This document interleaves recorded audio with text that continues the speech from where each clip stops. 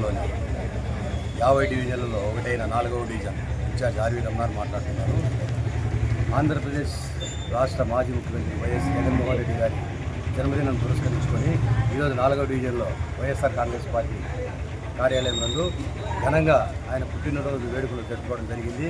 అలాగే వైఎస్ జగన్మోహన్ రెడ్డి గారు ప్రవేశపెట్టిన రచ్చబండ కార్యక్రమం అంటే గ్రామ స్థాయి నుంచి పార్టీని బలోపేతం చేయాలనే ఉద్దేశంతో కమిటీలు ఏర్పాటు చేసి ఆ కమిటీల ద్వారా ప్రజలకు ఎంత చేరువైతామో వాళ్ళ ద్వారా అనేక సమస్యలు తెలుసుకొని ప్రజలకు మన కార్యకర్తలకు అనేక సంక్షేమ పథకాలు అయితే రాబోయే రోజుల్లో మన గవర్నమెంట్ వచ్చిన తర్వాత ప్రజల సమస్యలు అయితేనేమి తర్వాత మన కార్యకర్తల సమస్యలు అయితేనేమి నెరవేర్చడానికి రచ్చబండ కార్యక్రమం అనేది ప్రవేశపెట్టినారు.